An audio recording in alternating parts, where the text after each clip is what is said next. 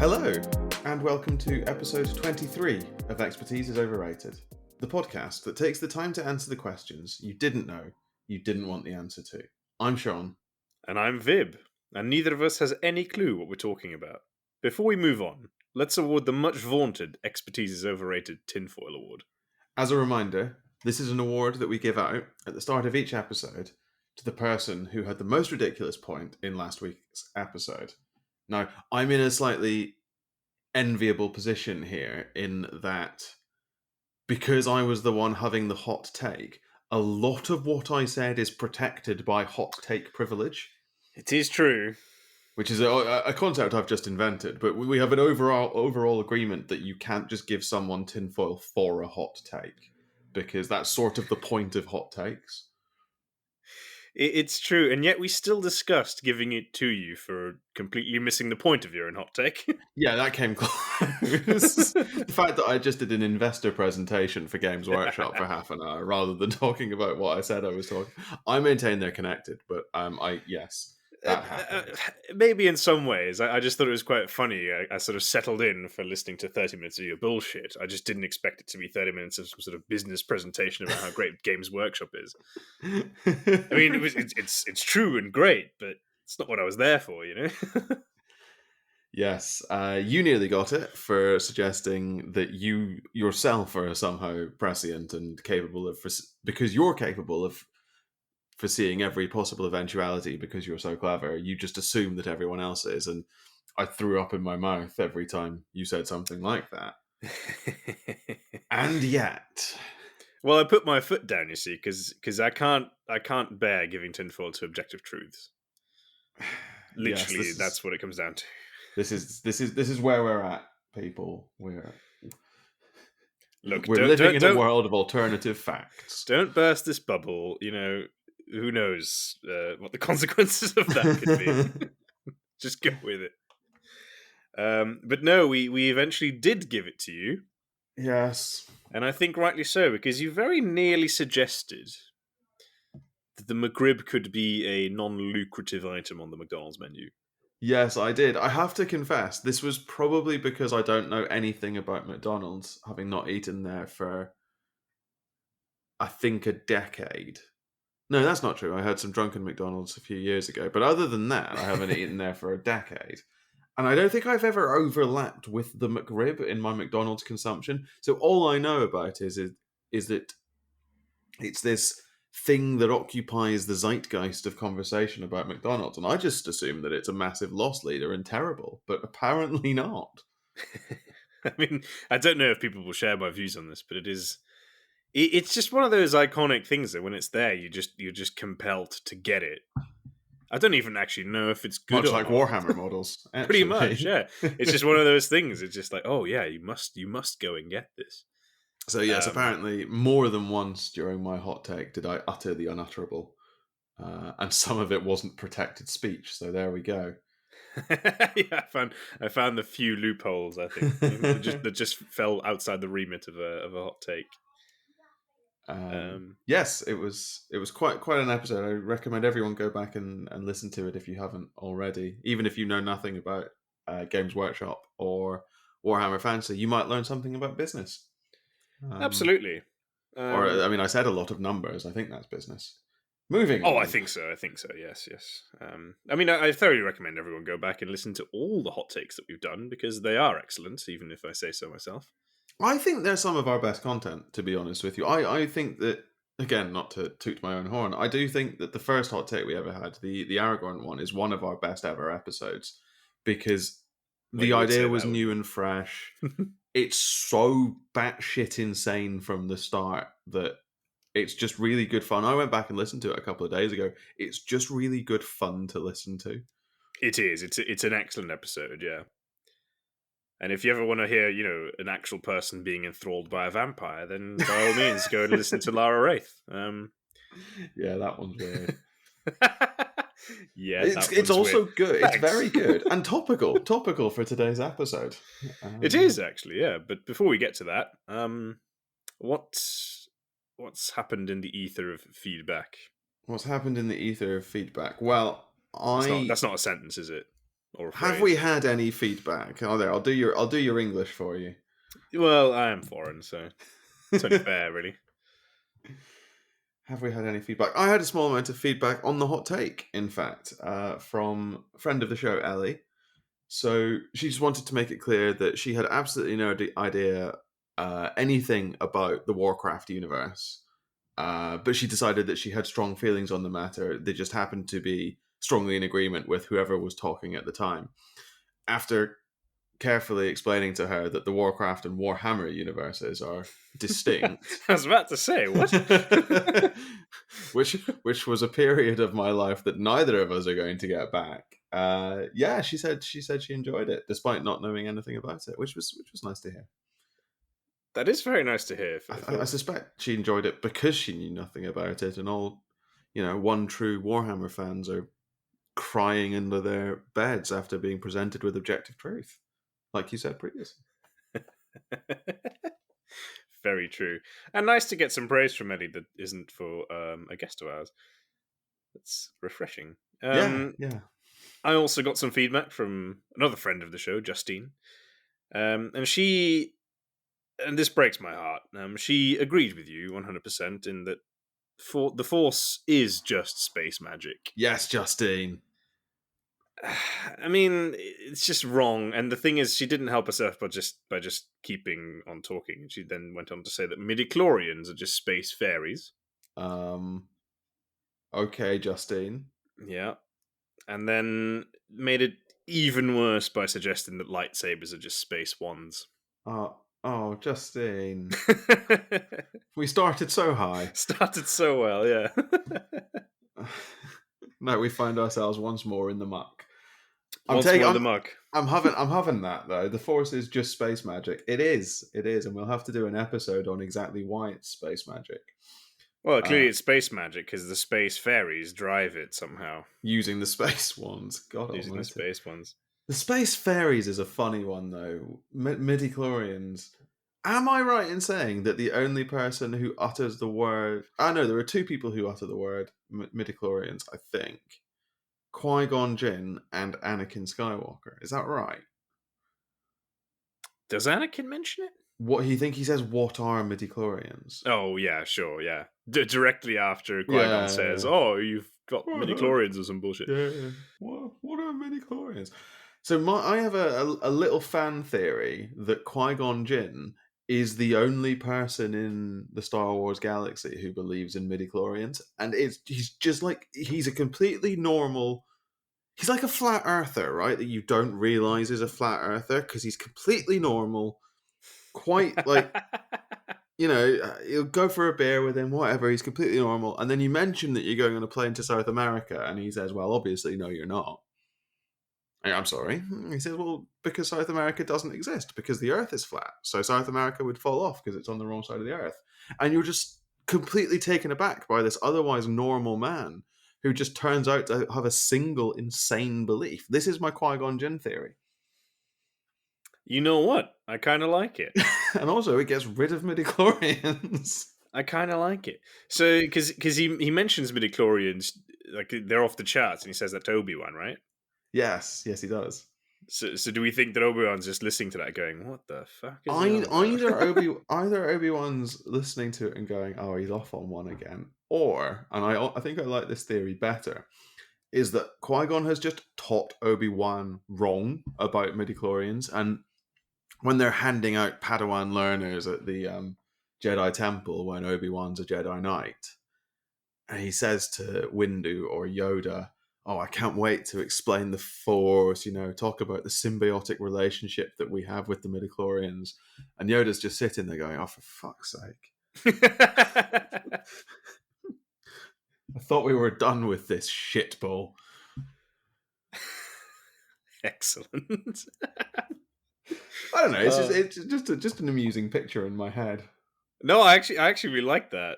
Qui-Gon's just an excellent guy all around, and just has this one bizarre flaw. You could take it a step further and suggest that this has all come because obviously Qui-Gon Jinn was Count Dooku's apprentice. So it could just be a really, really long con by the Sith to undermine the Jedi by getting them to believe in fake science. And That actually, meeting would have been great. What you think Sidious and Dooku just sat there going, I yeah. know how we can stick it to the Jedi. We'll just talk about these midi-chlorians. Yeah, Dooku turns up with this madcap, sort of Wile E. Coyote-esque plan. And Sidious is sitting there going, I mean, it doesn't cost us anything, so we might as well try It's probably it. just there like, this is a stupid idea, Dooku. Like, what are you doing? Then lo and behold, it fucking works on Qui-Gon. And Yoda all the time just sat there going, oh, come on, man. And then But quite, ultimately, the joke is on all of them, because Qui-Gon clearly uses his connection with the midichlorians to communicate from the dead. So that would be so good. Qui-Gon's voice is just all of the midichlorians singing at the same time. And everyone has to fucking eat their words. Gosh, what a world we've built for ourselves with this Well, image. I really like that you have just, and you've heard it here first, folks, you have just successfully uncanonized midichlorians. Oh yes, And actually pretty much rescued the Phantom Menace. I think I have. I think that I still have to deal with Jar Jar. You have to deal with Jar Jar, yeah, with the quick blast around to the face, and that's I think easy. if you get rid of midichlorians, Jar Jar, like if Jar Jar is the only bad thing about that film, it's okay. It's just that there's a couple of Anyway, we've done Star Wars to death. It's so tempting. We to have keep going. indeed, and we promised that we would get back to our roots. Weirdly, We did, yeah. Dresden Files. This is where it all began, folks. this is where it all began. Exactly, the Dresden Files, and This, boy, I we've think, had some is- great topics, some I great think discussions. this is where even the idea for expertise is overrated came from. It very much did, yes, because we kept arguing over Discord We did.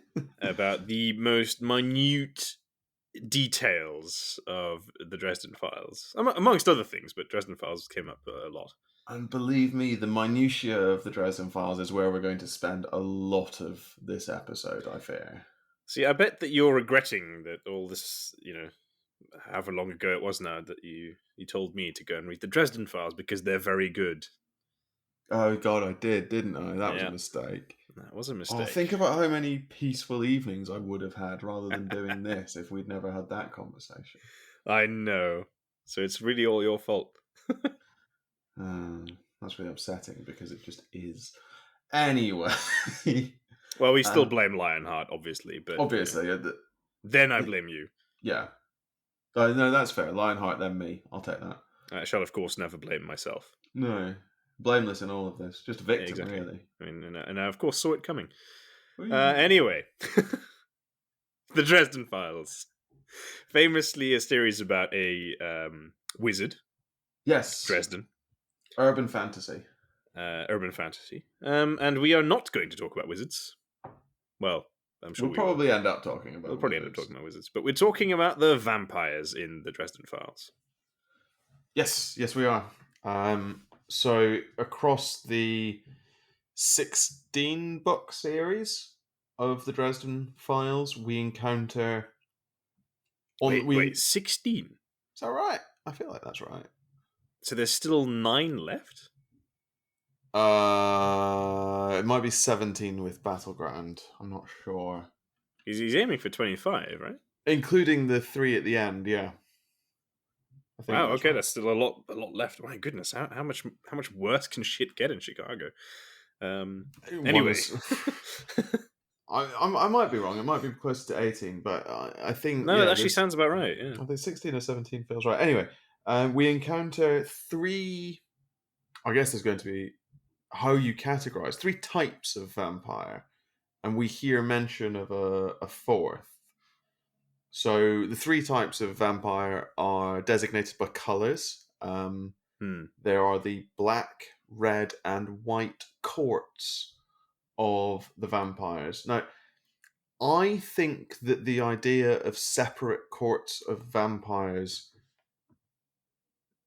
appears later in the books than one might otherwise think. Certainly, it's not in the first book in which you meet vampires. I don't think, because you meet a vampire, the first vampire, in Stormfront, which is the very, very first book. And there's no indication there that there are other types, I don't think. No, I agree with you. Bianca, the vampire in question, is Just a vampire. she's Yeah. just a vampire. But that could also be Harry Dresden, the protagonist's naivete working there. Because I don't quite Yeah, because remember. he's not a full member of the White Council at that point, so it's entirely possible that he just doesn't know. Yeah, I think so. I mean, Um, I suppose he sort of knew enough about certainly Bianca's kind of vampire, or maybe he mhm. just went with pop culture and it happened to work for Well, him. he was expecting Bianca's type of vampire, the whole skin suit creature thing. I think he doesn't. I mean, he seems revolted by it, but not shocked. But I guess the question is, we're already getting into way too deep territory here, I think. But the question is, because he brings sunlight essentially, right, as one of his Yes, he defensive does. mechanisms. So is he already assuming that she's not White Court, or does he not know about the White Court at that point? I'm not sure, and I think the answer is that the White Court didn't exist at that point. Oh no, I don't buy that. No, I mean in Jim's head. I In mean, Jim's head, oh yes, no, I I do mean buy that. obviously Yes, the White Court existed because Papa Wraith is like I a was gonna say, 1,000 years your old. timeline is very off. No, in Jim's head for sure, but Jim's head is a scary place. Hmm. Jim Anyway, Jim Butcher being the author, we should yes. stress.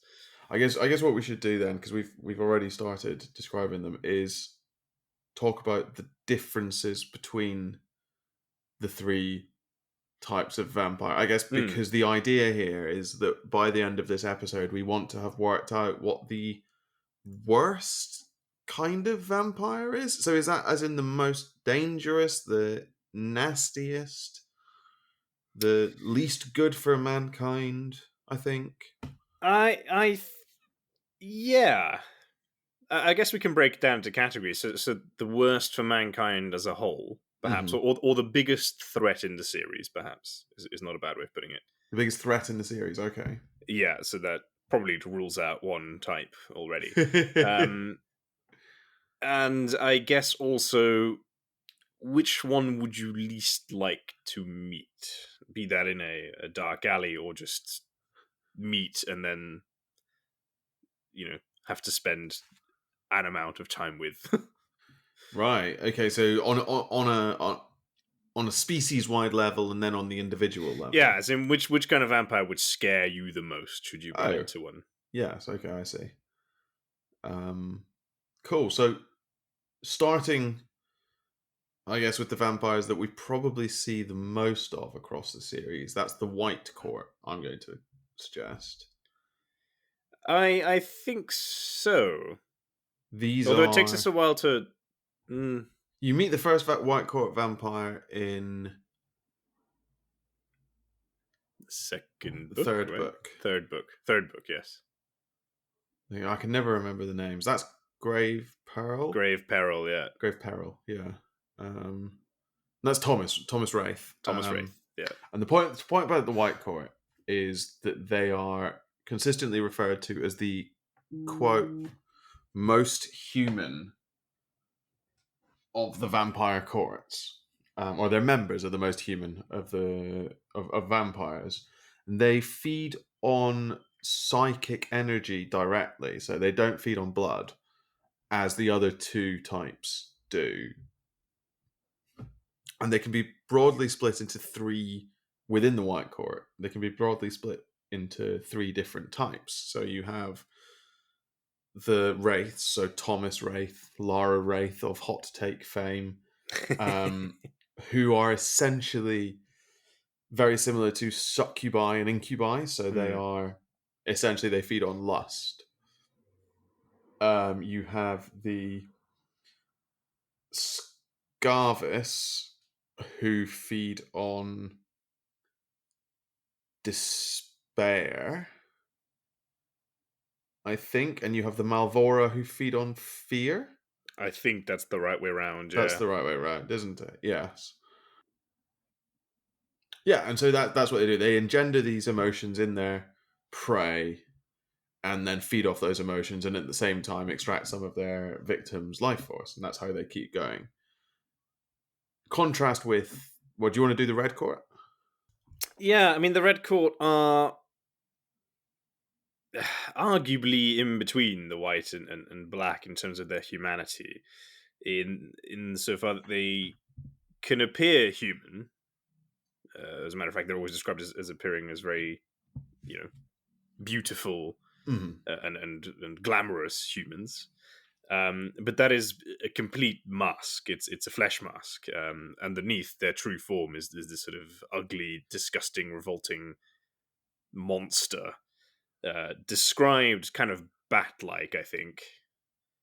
Certainly in terms of the sort Yes. of the black leathery skin and that sort of imagery that you might associate with vampire So films of old. I've always a little bit pictured them as this is not right. This isn't actually how I picture them, but the closest I can get to is like a xenomorph. A xenomorph. So from Alien, the aliens from Alien, not with like the head Y- shape or Yeah, anything no, like that, but the sort of scuttling way that they're described as moving. no, I kind of see that. I agree with you there, but I think for me in my head they look a bit like gargoyles That yes, that's with the very sort of good. alien texture. That's good. I like that. Yeah, that's. But yeah, it's they're monstrous on the inside most of the time, and sometimes on the outside too. Yeah, I mean they keep appearances quite well, but they importantly can't go out into the sun, No, which which the is White which Court can. exactly it's already a major difference between red and white. And they seem to be more susceptible to all the sort of classical vampire tropes that you might have Yes, come across. But they're still very politically active, much like the White Court pre pre Chichen Itza. But we'll get to that. So yeah, I think they're the intermediate court. I okay, would describe them as very much based in South America. Lots of sort of Aztec Mayan influences. Those are two yes, different, very different populations, and you have to forgive me for always mixing the two up. I but no, think they have Mayans. very South and Central American vibes to them. Yes, Certainly. yeah, all that sort of ritualistic Hmm. behavior, and a lot of their magic derives from that. They've even got jaguar warriors. I think is essentially what they have, which is They quite do. cool. Um, so yeah, that's the red court for you. And then finally, on page we have the Black Court. Now, these are what I sort of think of as proper Dracula esque, Bram Stoker esque vampires. So they appear corpse like, they're fast, they're strong, they in no way can pass for human. Um, like the red or the white courts can. They're stronger than the red or white court vampires as well, by all accounts. But they're the most susceptible to quite traditional uh, pop culture ideas of what can defeat a vampire. So, you know, actually weak to the cross, holy water, sunlight, garlic, things like that. Things that a white court vampire just doesn't care about. I mean, we see Thomas Wraith enter a church on numerous occasions, which would be just about impossible for a red court vampire and would cause a black court vampire to combust instantly, sort of thing. So they're the furthest away from their own humanity, I think, probably. But at the same time, they get from that a sort of commensurate uptick in speed, strength, etc. Uh, Yeah, I think that's one thing we haven't really talked about. It, I guess, in terms of sheer raw power, it is black court, red court, white court in sort of descending order. just about, but the White Court are weird, I The think. white court are very weird. That is true. They're all, yeah. I sort of went into power because there's not much else to say about the Black Court other than that, like people we know that it's mentioned in the text, for example, that Dracula, was Bram Stoker's Dracula, exists and is one of the elders of the Black Court. So the if you're trying to picture a Black Court vampire, picture like a rotted Christopher Lee, basically. And I think Yeah, that's sort exactly. of what you're after. So it's interesting that you say they cannot appear in any way human. I'm not necessarily convinced that's true.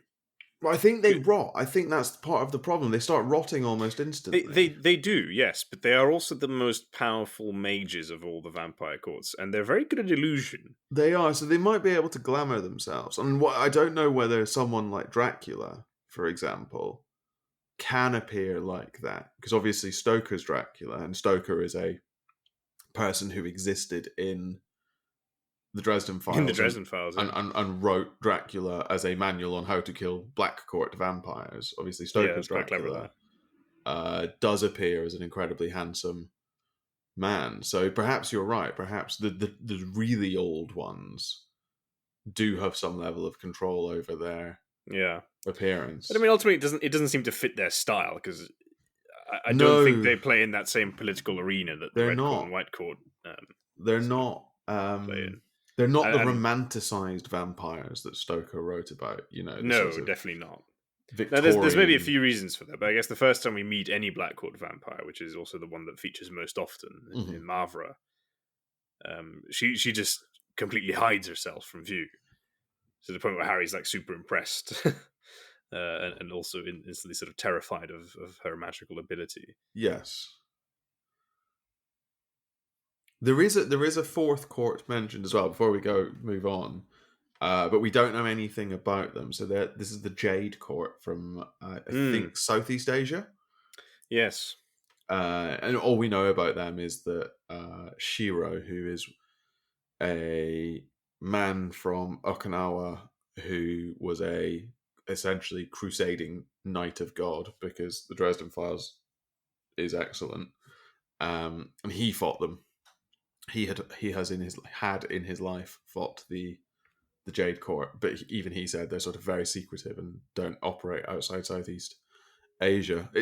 I hope that they appear on page at some point, because they sound interesting, and it would be good to see another way of doing vampires. But I don't hold out much hope. Well, you've already got food dogs. Do I'm, already I'm have food dogs. That's I'm going to true. go out there and say I'm not necessarily sure I like the definition Knight of God. Knight of the Almighty. Well, Knight of the Cross, I think, very specifically, because the thing that they actually are is people who wield swords with nails in the hilts. Whatever.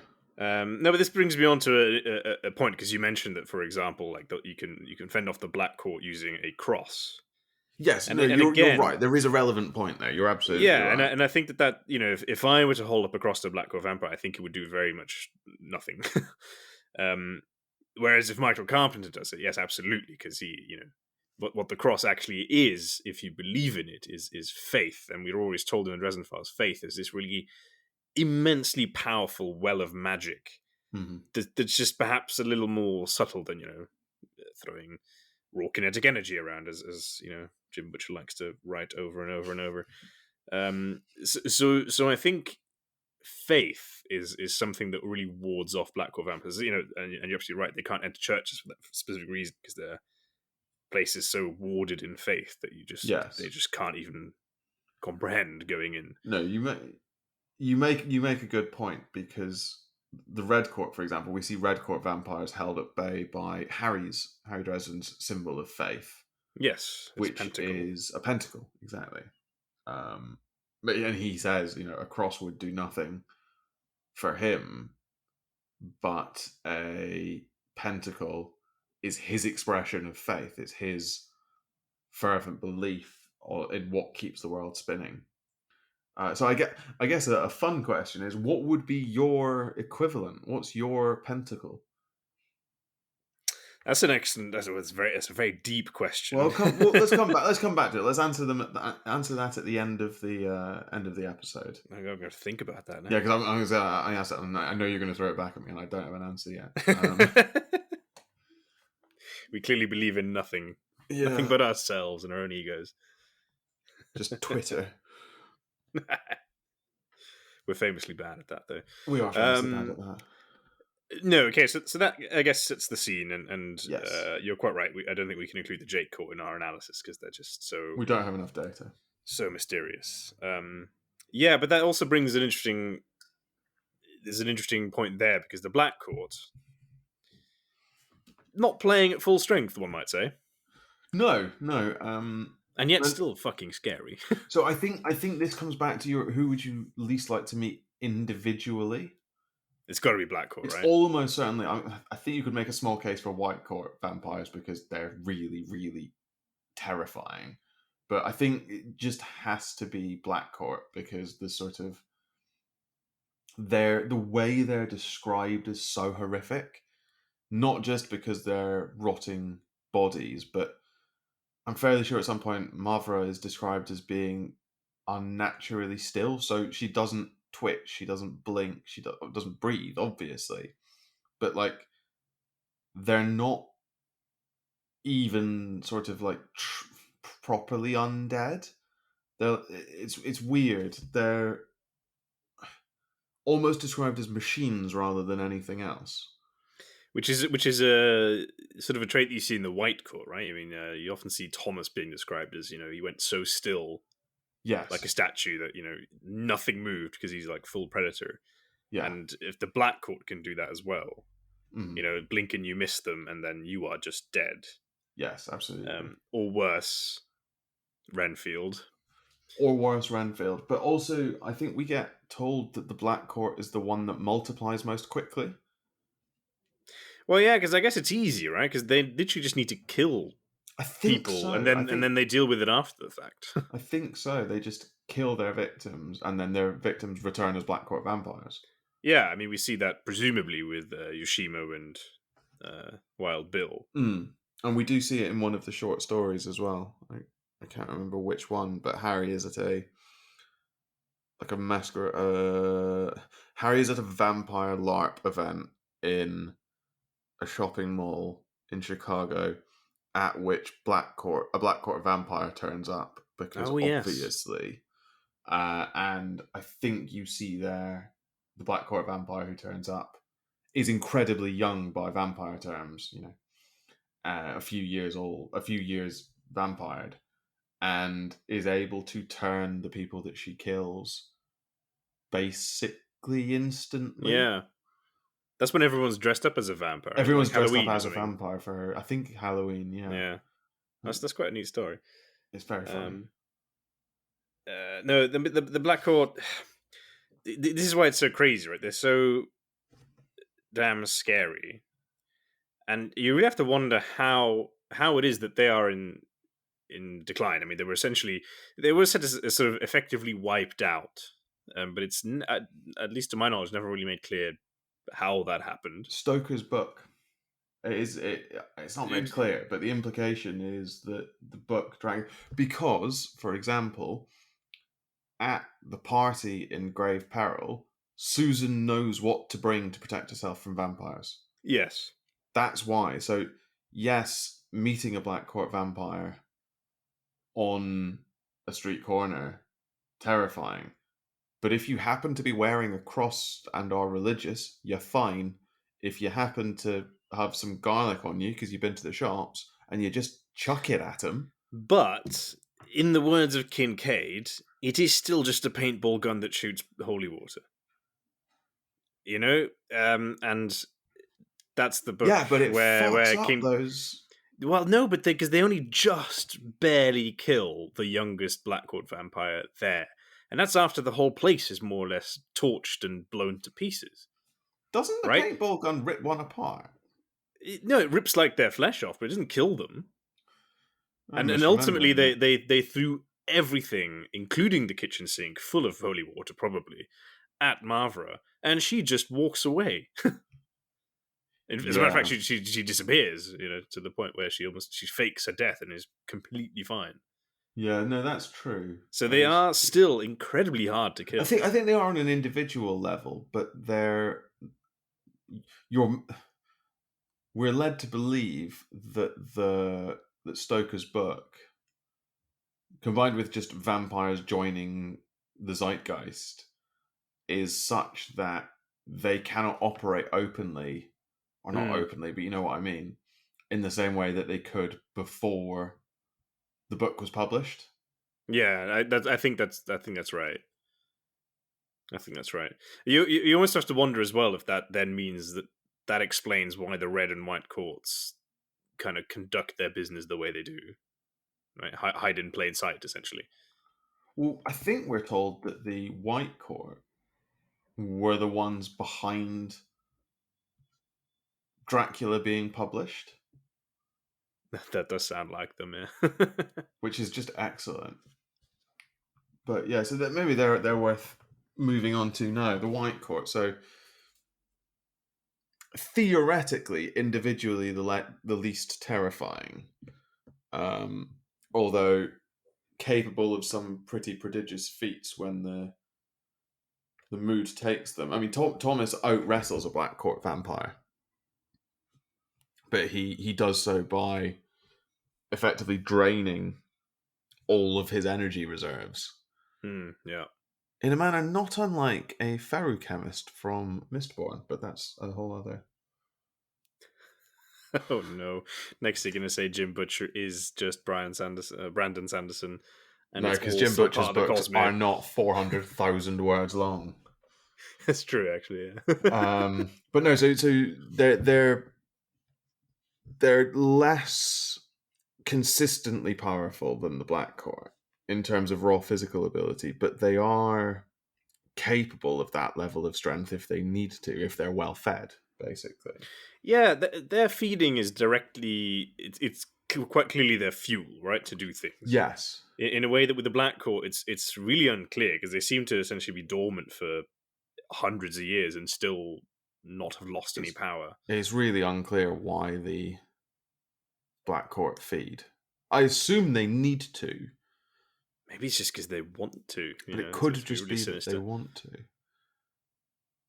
Which is No, but the White Court, you're right. They're a bit different. So you think you'd be arguably scared of meeting a White Court one I'd to be one? terrified of meeting a White Court Well, I vampire. mean, obviously with all three, but as in So you said White Court over Red Court, shall I say? Essentially, what the thing is, I think the concern I have multiple serious issues with the White Court, but the overarching one is I guess it's a little bit to a lesser extent true of all of them, but the way that they are able to co-opt your own brain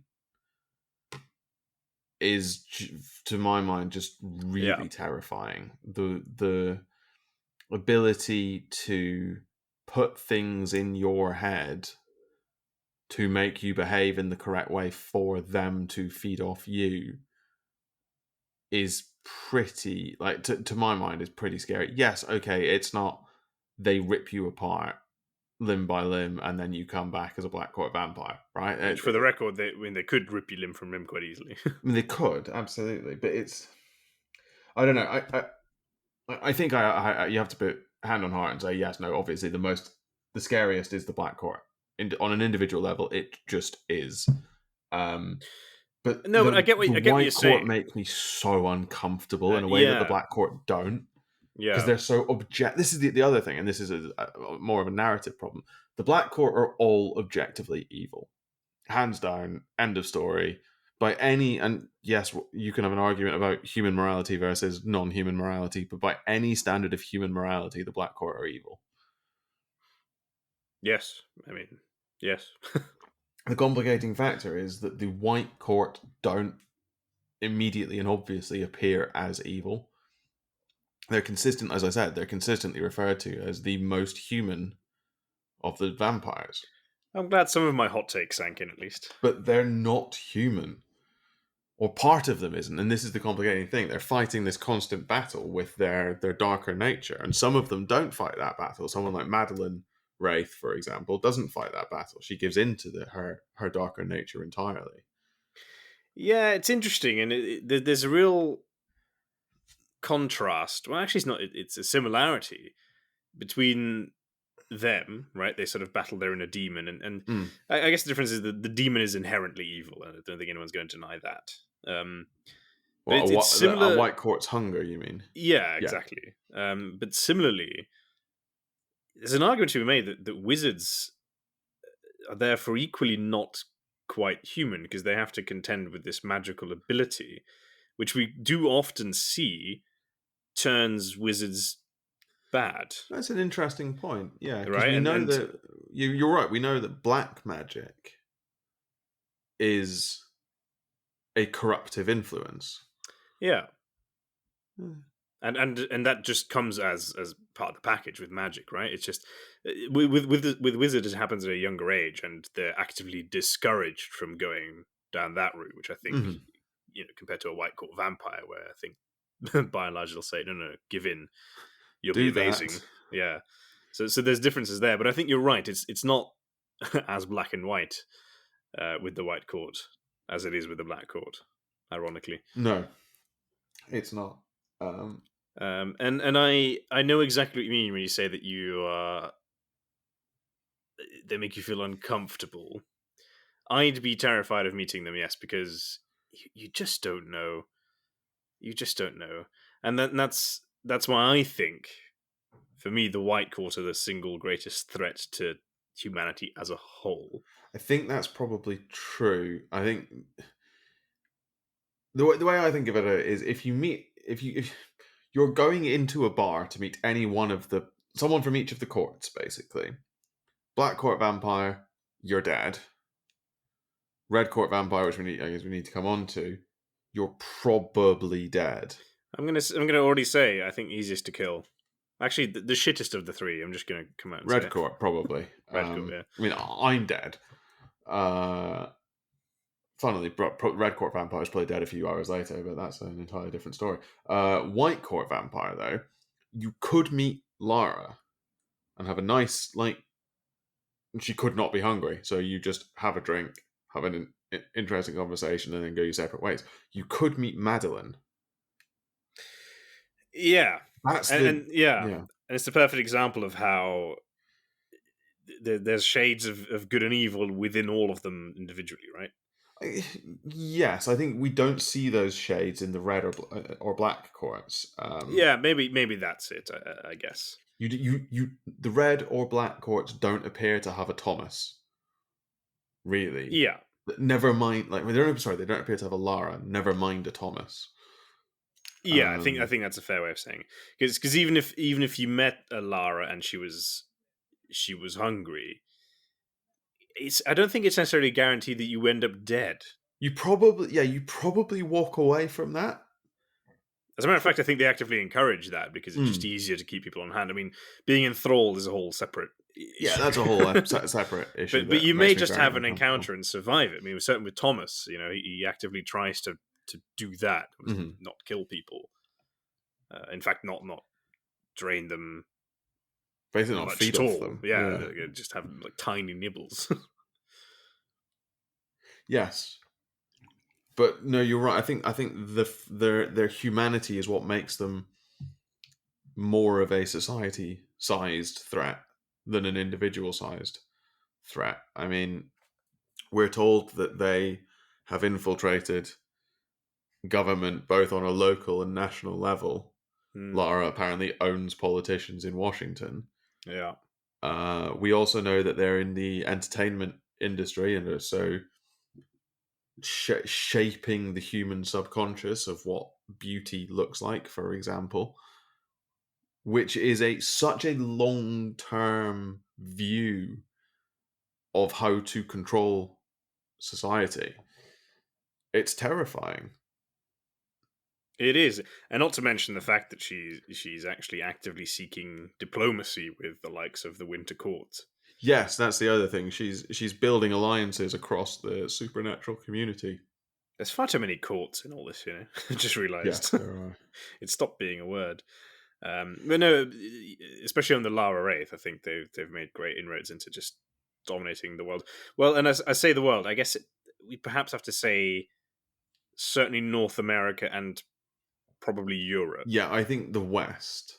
Yeah, because to be fair to the Red Court, they do also have lots of influence, certainly in South America. I mean, pretty much it almost sounds like the governments are just pretty much just run or at least formed by the Red Court. I think it is different though. I think the White Court is exercising an awful lot of soft power, Yeah, the Red Court's whereas a the little Red less subtle. Court, yeah, the Red Court are just less subtle or were less subtle. And as you say, I think it's certainly implied that most of the governments of certainly developing parts of South America or Central Yeah, America are, but if not comprised of red court, sort of their members are beholden to the red court.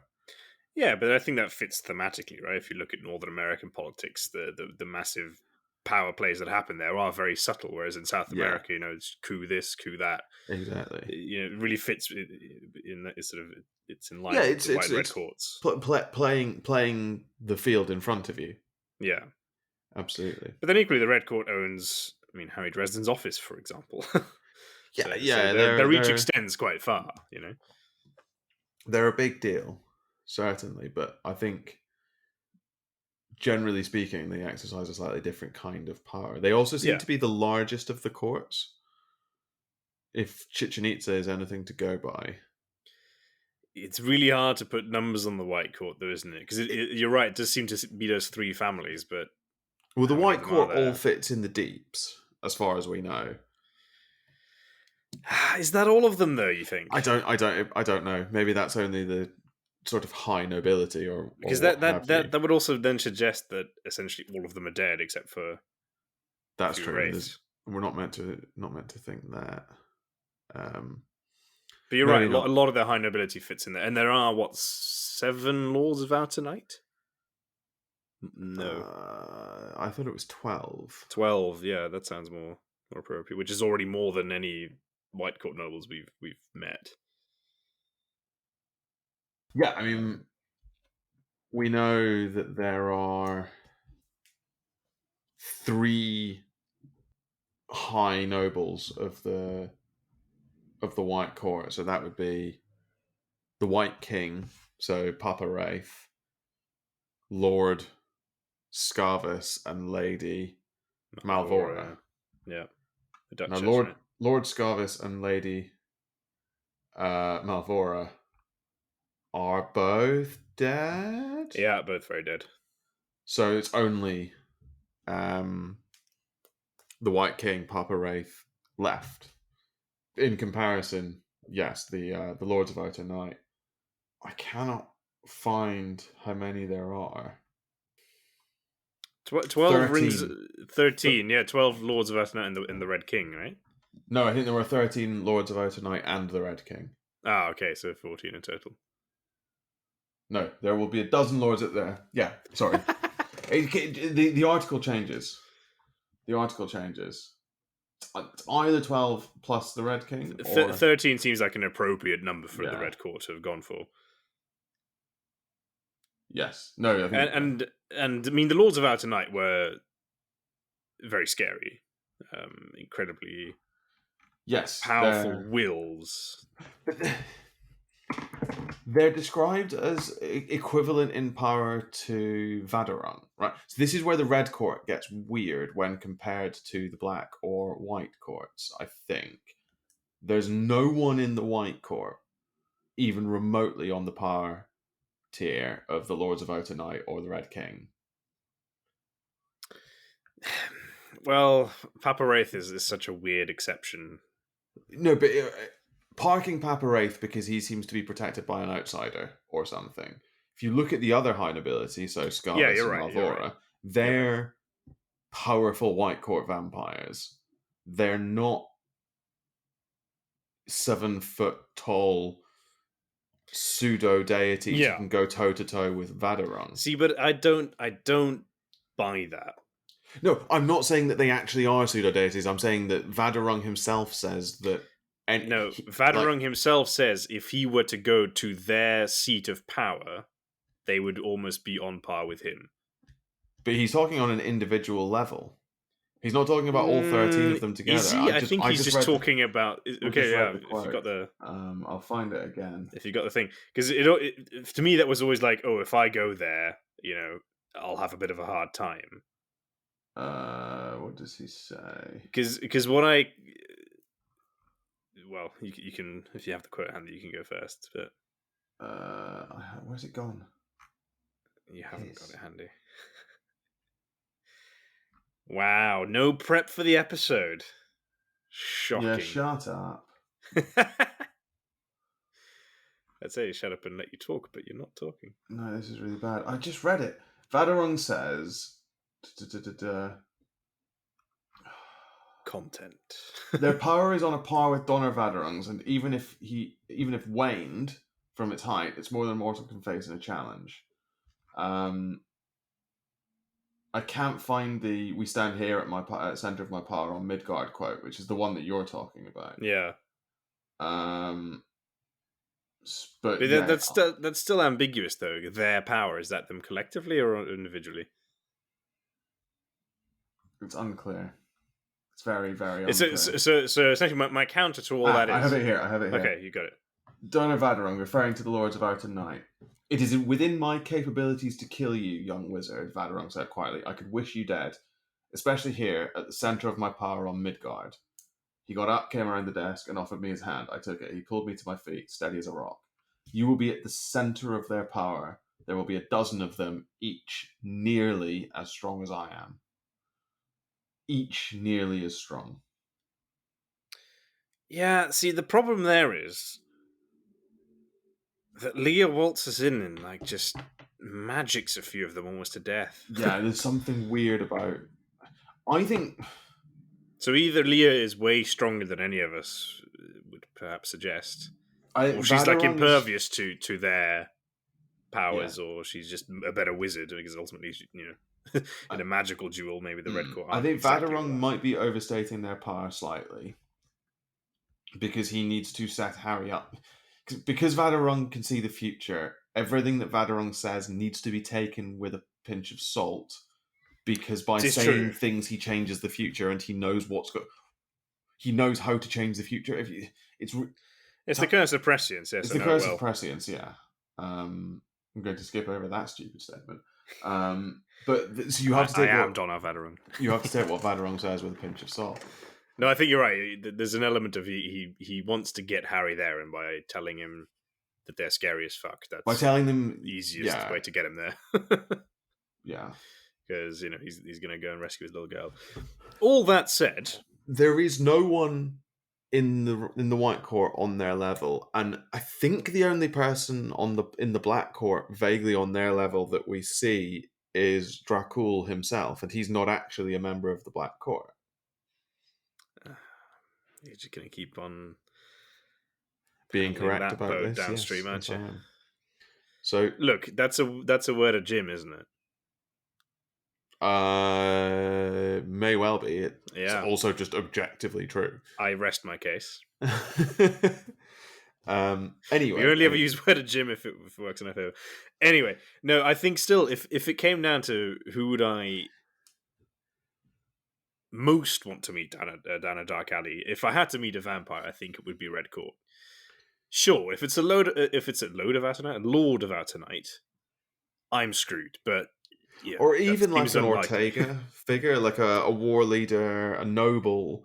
But you're right. Your average red court chump vampire. But even like an Ortega, because it's always described that if you hit them in the belly, essentially, drain them of their juice, quite literally, they will suffer. And I think that's as true of an Ortega as it is of a chump. Now, obviously, it's going to be very hard to hit an Ortega, Yeah, but that's still that's like one lucky shot, right? Whereas Black Court, no chance, and White Court, you have to just hit them a lot. yeah. You have to hit them until their energy reserves are depleted.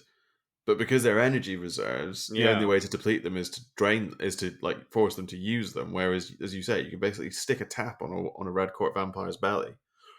and the White Court seem faster. I think this is another one of those. They are when they need to be. Yeah, I guess not all the time, but the Red Court. I mean, they're strong, but they're never really described as all that quick. I suppose. I think Hard to know. Bianca is quick in Stormfront when she goes for Harry. Yeah, and actually, even the Susan and what's his face, Martin. Martin. They're both very fast, and they're only half Red Court. Yeah. So I think they are fast. I think they're not Black Court fast. I don't think they're blinking you're already in three pieces fast, but I think they are supernaturally fast, I think. Yeah. But all of this is rather moot, really. this discussion about the Red Court, isn't it? Well, Because they're all fucking perhaps not. dead. Yeah, but are they all fucking dead? Well, apart from maybe two or three. Well, I guess the question is if, well, there's the eventual, the possibility of someone having been turned just on the cusp and somehow having escaped the curse. Yes. For those listening who don't know, one of the major events in Dresden Files thus far has been the complete and utter eradication of the Red Court by Harry Dresden because they kidnapped his little girl, and good on him. So they are, as far as we know, all dead. The exceptions that you're alluding to, I think, would be the Ebes, right? I'm alluding to the Ebes, yes. So they were, because they were deep in the Never Never, the implication has been that they could have survived.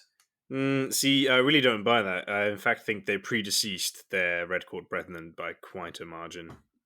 You think the Earl King killed them? Oh, 100%. But they definitely, the Earl King, they're under... No, because they No, lose they're the not duel. under guest right, They are lose the they? duel, and the loser of the duel was going to be killed by the various goblins that were there. That was like the whole point of the blood You're sport. right, you're right. I'm just wondering whether they were kept alive for a bit first. I mean, it's possible. It's possible, but I strongly suspect that they would have just had some fun with them. I mean, the way the Owl King describes what they were going to do to the losers was Not good. quite scary. Yeah, he's not a good guy. But okay, so the Ebes are that isn't. probably dead. There could have been other Red Court somewhere in the Never Never, but that's Yeah, that's true, and we don't know if we the don't thing know extended to the Never Never, and that's very true. But I mean, they're certainly going to be the least numerous by by now. a Yeah, long margin. And actually, the Black Court are looking scary and scary. I mean, in Battleground, when we have how many of them are there? Like 4, 5, 5 or 6. Yeah, along with Dracul, who is plus Dracul. the next level scary. Mm-hmm. And they've taken 2, maybe 3 warden level wizards. Well, wardens, I think you can just call them. Are you suggesting Chandler is chilling with the Black Court? I mean, I don't know what I'm suggesting about Chandler. My point is, we know that Yoshimo, Wild Bill, and Chandler didn't walk away from that fight. What happened to Chandler is unclear, but he could just be waiting in Dracul's castle. Yeah, I mean, for certain, Yoshimo and Wild Bill were taken away by them, and it was scary to see because they were maybe not all Blackcourt elders. I actually don't know if any of them were Blackcourt elders, but they were certainly very high-ranking members. Mavra appears to be subservient to all the others, which is, I think, leaning towards the suggestion. Yeah, and she on her own was like super elders, scary as fuck. And yeah, I mean the wardens, and this was quite an experienced warden hit squad, and they just got absolutely wrecked. It gets described by Harry as some of the most combat experienced wizards left. I think. Yeah, although I do still think they all those handled it very badly. the Nordic warden. I think he's still going. I don't quite remember. He leads the squad that comes to Demon Reach when Madeline is there. Oh yeah. He's like Mai's personal guard. Protects basically. Mai, yeah. And he seems to have like a second, Harry tier squad. Well, I mean that fight on the island, that's really, I think, the first time where we see wardens cut loose, and it's quite something. Yes, like they are unbelievably scary individuals. Mm-hmm.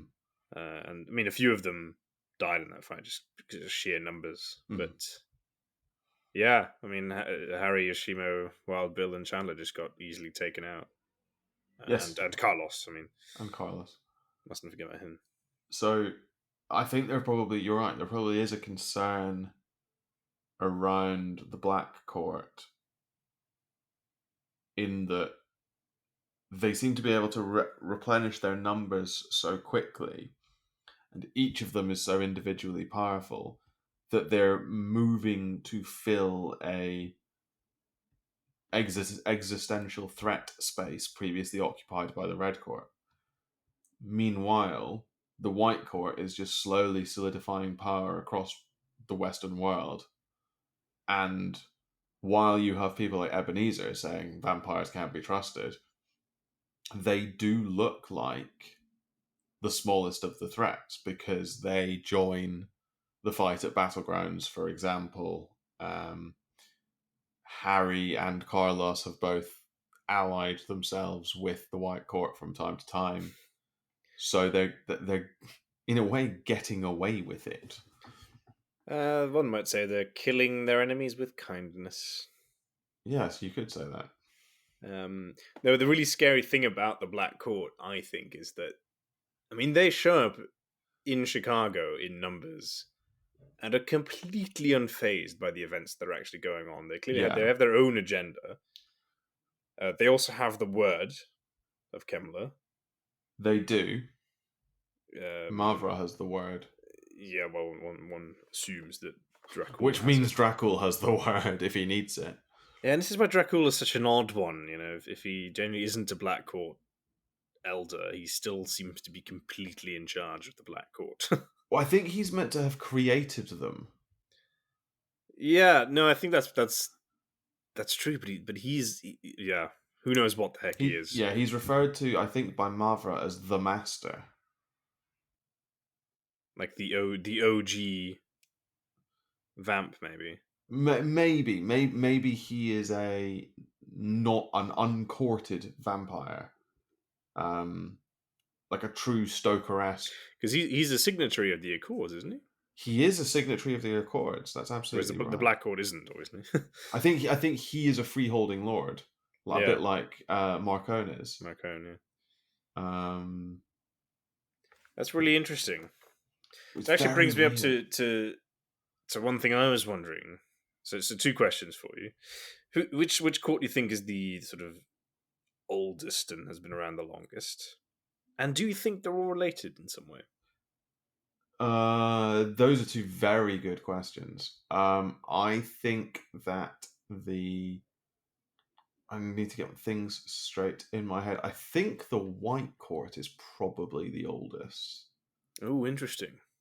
because their business is conducted in ancient Etruscan, which Yeah, that goes back a probably long way. means they predate the founding of Rome. I think. By contrast, the Red Court, I think, are meant to be they're Chichen Itza, which is Mayan. I think Mayan, yeah. I don't. There's, I could be wrong, but I don't think the Mayan civilization predates ancient Etruscan civilization. But I'm not sure. I think it's one of those two. Though I don't think it's the Black Court. so the Mayans were right around. Their golden era was supposedly around 250 CE. Okay, so they're pretty much contemporaneous with so their founding is likely contemporaneous with civilization in the Mediterranean. Well, no, because the Etruscans, you see, are 6th century BCE. So Sure, but if the Mayan Golden Age was 250 yeah, so CE, maybe their founding contemporaneous. maybe. Which Do I then interestingly could suggest that there's a relation there. do Maybe. I think they're all connected? I don't know. I don't know. And They Dracul's such a weird. But where do you think he's from then as well? I don't I I think Dracul I maintain that I think Dracul is a starborn from a previous cycle. You think he's a wizard, a No, starborn wizard? I don't think he's he might be a starborn wizard, but I think he's something else as well. For all we He's know, he's doing a Merlin and just traveling around time like a maniac. I think someone, I can't remember who, someone described him as being like a demon trapped in a human body, Oh, interesting. A or starborn demon. or a scion or something like that. Um, but yeah, I think we don't really know enough to. But so Dracul could be a demon trapped in a Starborn's body from like the first cycle, so like the Merlin cycle, basically, Mm. um, and be the progenitor of all three or indeed four vampire cohorts as well. If you imagine, he sort of carved off three or four different aspects of his vampirism into these three or four courts. So the Black Court took the raw power that he got. The Red Court took some of the mysticism, and the White Court took his sort of ability to mind screw with people. Maybe, I don't know. I'm not sure I like that so much, I and not don't just because think you I said like it it. either. I know I don't think I like it either. I don't think it's a particularly good theory. It's quite half baked. Is the problem? I think. There's yeah, and especially because he seems so black court. You know, he seems to be on nobody else's radar. Yeah, that's true. But he also, in a really weird way, seems so human. Yeah, it'd be interesting because I guess Harry hasn't actually debriefed with anyone about running into Dracul. No, It'd I want be to. Yeah, I want to hear him talk to Ebb or the Merlin or Lara Mab, or Mab. Yeah. or Lara. Actually, Lara could be a really interesting conversation. Yeah. Anyway, back to my question from right at the top of the episode. What are your vampire killing tools? What are you taking with you? Well, my faith probably isn't going to be one of them. It's a really tough question. I don't know. I think I would have to just try and find myself a sword of the faith and hope that it turns into a lightsaber. Excellent. I guess I'd be in a similar boat as Waldo, because I don't think he's a particularly religious man, Yeah, no, right? And your it's faith is in in people at that point. the faith is in people, and I guess which is such a weird paradox almost. I guess my faith is in science and the fact that things are what they are, and so if you're faced with a vampire and you think, well, faith works against them, therefore something works against them, and I can emulate that something because it is real. I don't know how I Interesting. would emulate that, but Yeah, the fact that it can happen means you should be able to I make it must be happen. able to reverse engineer this thing that I know exists. Exactly. Yeah. Yeah, interesting. Exactly. What would be your favorite approach? I mean, ultimately, I'm just going to die. Oh Let's yeah, be no, very I'm clear about dead. this. I'm a very very dead man. Unless it's Lara, in which case, I'm there for you. Be less desperate. Never. Sorry, that was really harsh. What am I taking with?